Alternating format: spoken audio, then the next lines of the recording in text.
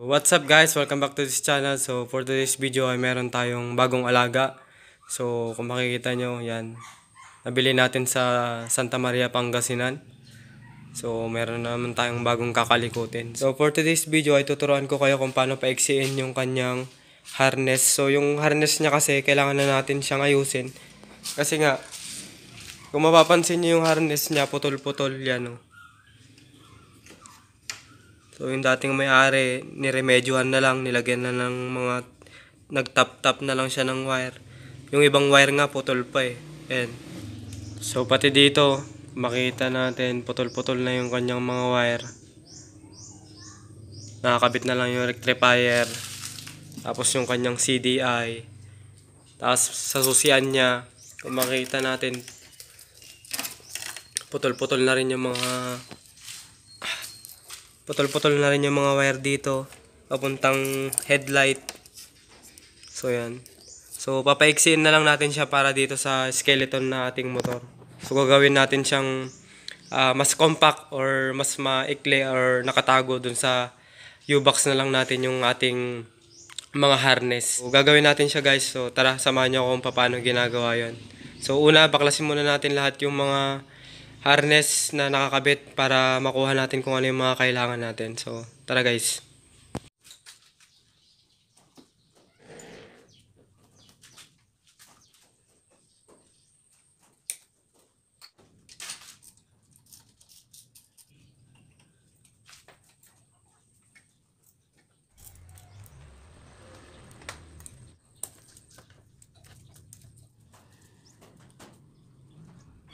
So, ayan guys, natanggal na natin yung harness.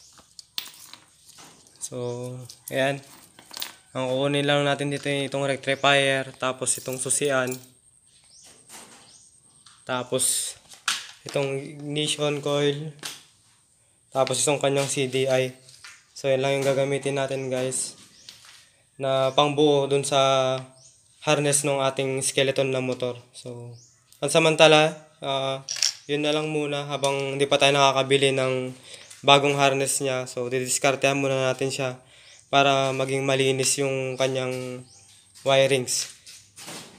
Kasi pag hindi natin inayos yung kanyang wirings guys, by possible na dumikit yung mga wire niyang ganito dun sa ating chassis, tapos biglang magkaroon ng short circuit or possible na masunog yung mga wire dahil yun nga, may mga putol-putol siyang wire. So ang gagawin na lang natin is re-remedyohan na lang natin, papaiksin na lang natin, tapos babaguhin natin yung kanyang harness, papaiklin natin siya para mas magandang tignan din para dito sa ating motor. So dito guys, dinugtungan ko muna yung ating susian para nandito pa rin siya sa taas. So ayan, kung makikita yung susian, ito yung wire ng susian, dinugtungan ko lang siya ng mga wire para humaba, para makabot siya dito sa ating gitna. So, lagyan ko lang ng tape guys. So, ito yun. So, kulay pa rin niya. Green, red, tapos black na may white. So, tape ko lang guys.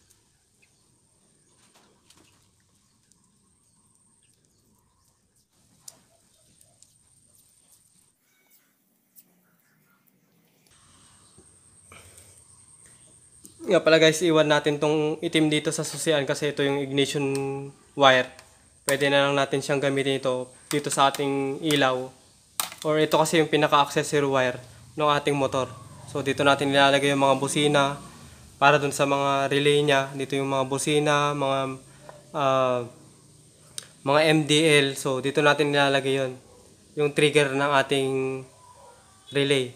So ito yung accessory wire. So iwan na lang natin siya. So bali yung tatlo na lang yung ating iti-tape para makarating dun sa gitna mismo ng ating motor. So ito, dito na lang siya. So yan, tupi ko na lang siya guys.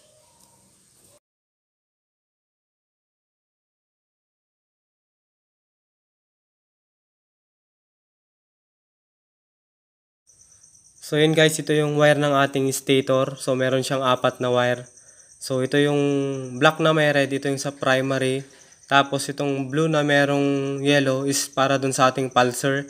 Tapos itong yellow tsaka white para ito dun sa ating rectifier regulator. Itong yellow is para dun sa ating mga ilaw. Tapos itong white is para dun sa ating baterya para mag-charge siya. So, apat lang yan guys. So, kunin natin yung ating CDI. So, ito yung ating CDI. Nilagyan ko na rin siya ng kanyang socket. So, kabit na natin siya guys. So, unahin muna natin yung ating primary. So, yung primary is ito yung black tsaka may red. So, same color din. So, yan. Lagay natin, kabit natin.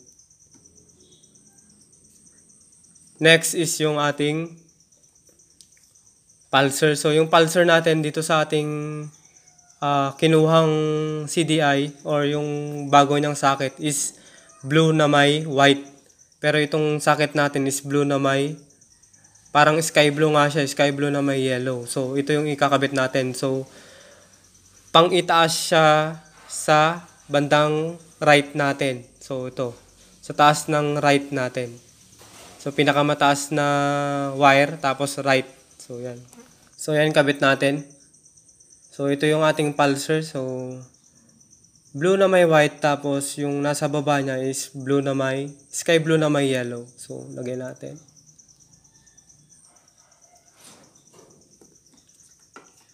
So, yan. And then, para hindi na tayo malito, tong green na mayroong white, ito yung para sa ating negative. So, kung makikita natin, mapapansin natin, nasa baba siya ng blue na may white. So, right side din siya. Right side. Tapos, bandang baba siya ng blue na white. So, ito yung sky blue na may white naman. Ito yung ating negative. So, nagpagapang na rin pala ako dito. Naglagay na ako ng body ground. Kung mapapansin nyo, merong 3 wire dito para nakaabang na para dun sa mga negative nung ating isasalpak or sa ating mga wire. So ilalagay na natin yung isa dun sa ating green na may white. So, lagay natin. So, ayan. So, nakabit na natin yung ating primary. Tapos, nalagay na rin natin yung ating pulsar. Tapos, yung negative ng ating CDI. So, next. So, itong black na may white dito sa ating CDI, ito yung ating kill switch. So, itabi na muna natin yan. Ikakabit natin ito mamaya dun sa ating switch. So, gumawa tayo kanina doon, pinahaba natin yung ating wire ng ating switch para makaabot dito sa ating CDI. So, ito namang black na may yellow. So, ito naman ay pupunta ng ating ignition coil. So, pupunta siya dito sa ating ignition coil. So, nandito yung ating ignition coil. Diyan ko siya nilagay. So, ikakabit natin siya doon sa kanyang wire. So, dito, kabit natin.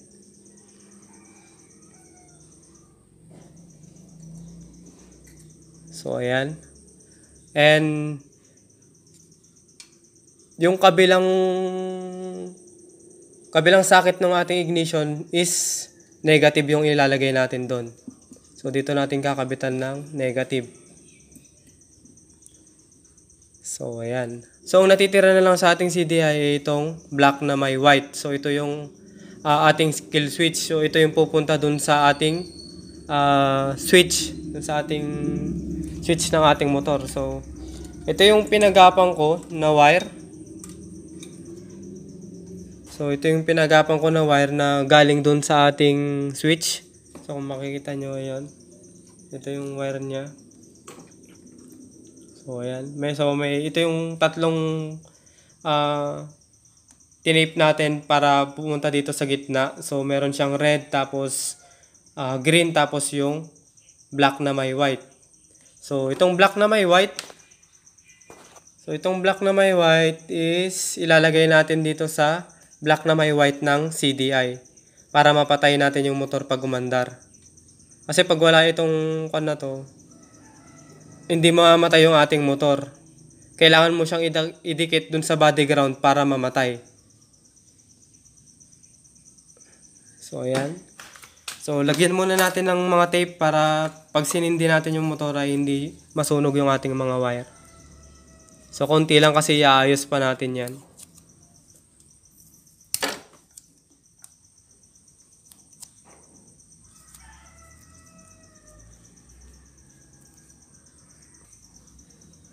So ayan, nalagyan na natin ng mga tape para sa safety ng ating motor. So itong green na galing sa ating switch, ikakabit natin sa negative na body ground natin. So kumuha ulit ako dito sa may bandang, so ayan. Ito yung tatlong body ground natin. Yan. Kung mapapansin nyo ito. So kumuha ko ulit ng kulay green. Nilagay ko siya dun sa negative. Kasi itong green natin is ito yung negative or body ground ng ating motor.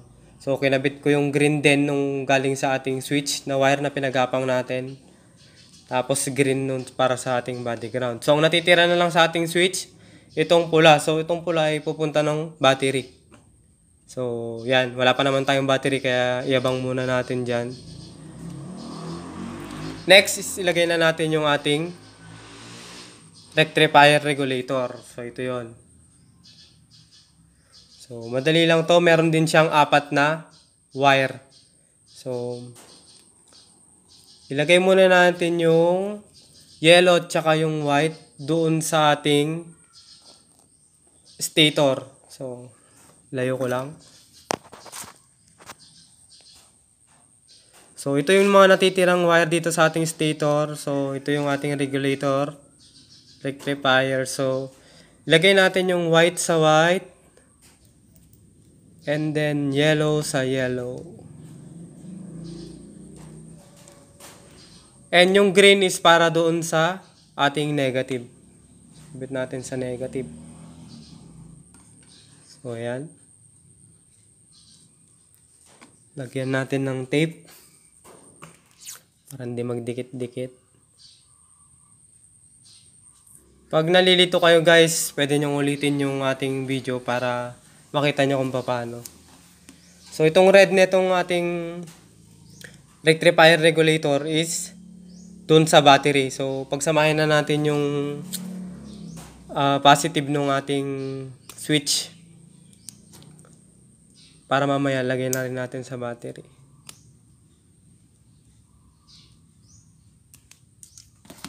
So yun, pagsamahin na natin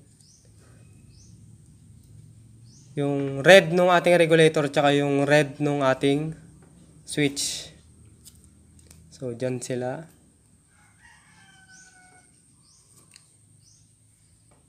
So ayan. I-try muna natin isindi kung pwede or gagana ba yung ginawa natin.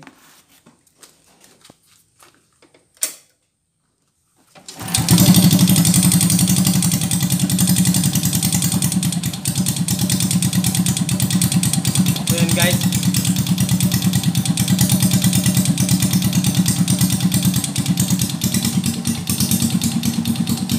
So ayan guys, gumana naman siya.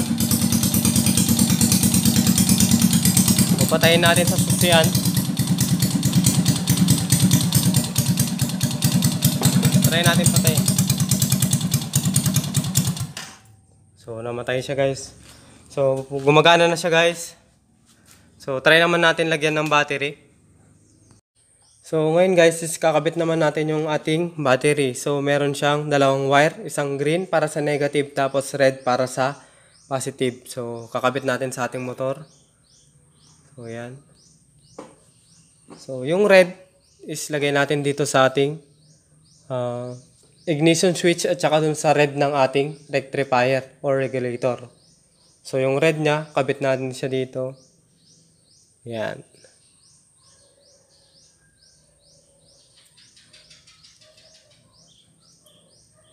Sabit natin. Tapos yung negative ng ating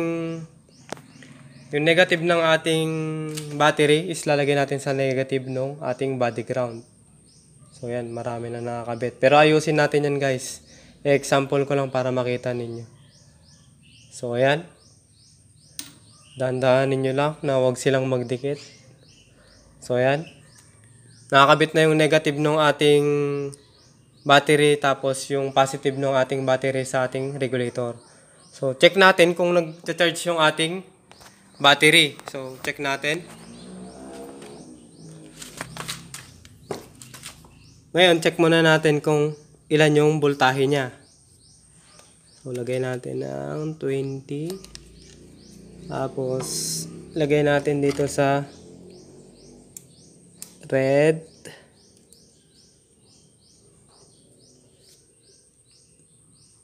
So, yan. Meron siyang 13.09. Try natin paandarin yung motor kung magdadagdag siya. So, yun natin yung switch.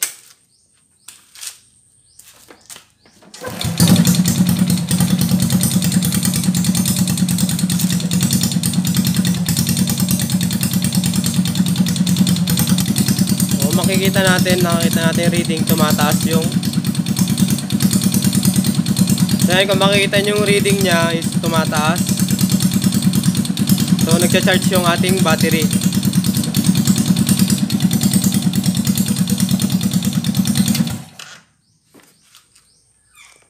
So, yan guys, kung nakita nyo is nagcha-charge yung ating battery.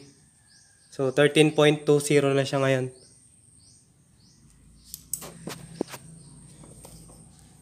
So, yan guys, tapusin ko lang na ayusin ko yung wirings niya. So, para makita nyo kung gaano kalinis yung pagkakagawa niya. Kasi ngayon kasi hindi pa siya nakaayos, kaya buhol-buhol pang ganyan. Sana marami kayo natutunan guys. Nasundan nyo. Kung hindi nyo masundan guys, ulit-ulitin nyo lang. Tingnan nyo yung mga wire kung saan ko siya ikakabit para mas masundan nyo siya guys. Nakakalito talaga sa una, pero kung masusundan nyo talaga guys, madali lang para sa inyo. So, yun guys, iayos ko lang yung wire, tapos papakita ko sa inyo kung ano yung naging resulta, kung paano ko siya napaigse. So ilalagay natin lahat yung CDI tsaka yung rectifier regulator dun sa ating U-box. So tara guys. So yan guys, natapos ko na yung pag-wiring. So nabalot ko na rin siya ng electrical tape. So kung makikita nyo, ito yung ating ignition switch. So nagabang tayo ng accessory wire dito. Tapos meron din tayong accessory wire na pinagapang dito para dun sa ating next project na maglalagay tayo ng starter. Lalagyan natin ng starter itong ating motor. Dahil itong starter natin ay okay pa, kaya bubuhayin natin guys. And hindi kasi natin masisindihan itong motor kasi itong motor natin is Honda Bravo 100. So version 1 kasi to, yung wala siyang kick. So nakabili ako ng crankcase cover ng Wave 100, yun muna yung sinalpak ko dito. Yung crankcase nito guys, wala siyang butas. So wait lang, papakita ko sa inyo yung dati niyang crankcase. So ito yung dati niyang crankcase guys, wala siyang butas. So yan. So ang nabili natin is yung pang wave na may butas, yung may labasan ng kick. Kasi ito wala siyang kick kasi. So ang nabili natin yung pang Wave 100 nga. So diniskartehan na lang natin guys. So wala siyang kick, kailangan nating buhayin yung ating starter. So sa next project natin guys ay lalagyan natin siya ng starter. So yun, balik tayo dun sa ating pag-wirings dun sa ginawa natin. So nagpagapang din ako dito ng, gaya ng sabi ko, nagpagapang din ako dito ng accessory wire. So kung titingnan nyo, nandito na sa loob yung kanyang CDI tsaka yung kanyang regulator, rectifier regulator. So ayan. And meron tayong tatlong wire na lang dito guys. So ito yung green is ito yung negative nung para sa battery natin. And ito yung positive nung ating battery. And yung last yung accessory wire na pinagapang natin para dun sa next project natin na starter. So yan. So ganyan na lang siya. Nailagay na natin siya dun sa ating U-box. So ganyan yung tsura niya guys. So yan. Ito yung sa body ground. So yung tatlong wire na nandito, ito yung body ground, tapos ito yung wire ng ating ignition coil. So meron na rin siyang nakalagay na wire. Yung na. Tapos pinadaan na lang din natin dun sa butas dun sa loob. So yan na lang. Compare dun sa dati, gulo-gulo. So yan yung kanyang ignition switch. So ito yung abang, yung accessory wire. So dun tayo sa kabila. So, sa kabila, ito yun. So, ito yung wire ng ating starter. So, sa next vlog natin yan gagawin, guys. So, yung wire ng stator nandito na rin. Ayan. Naka-safety na siya. Papasok dito. So, yan. Naka-safety na siya. Papasok dito sa ilalim ng ating U-box. So, nandito na siya. So, dito sa loob. Ayan. Tapos papunta dito sa ating CDI at saka sa ating stator. So yun guys, kung bago ka pa lang sa ating YouTube channel, don't forget to subscribe and hit the notification bell para lagi kayong updated sa lahat ng video na i-upload natin. And para sa update dito sa ating project na Honda Bravo 100. So maraming salamat sa panonood guys. Lagi kayong mag-iingat. Ride safe always. God bless. Peace out. So maraming salamat guys.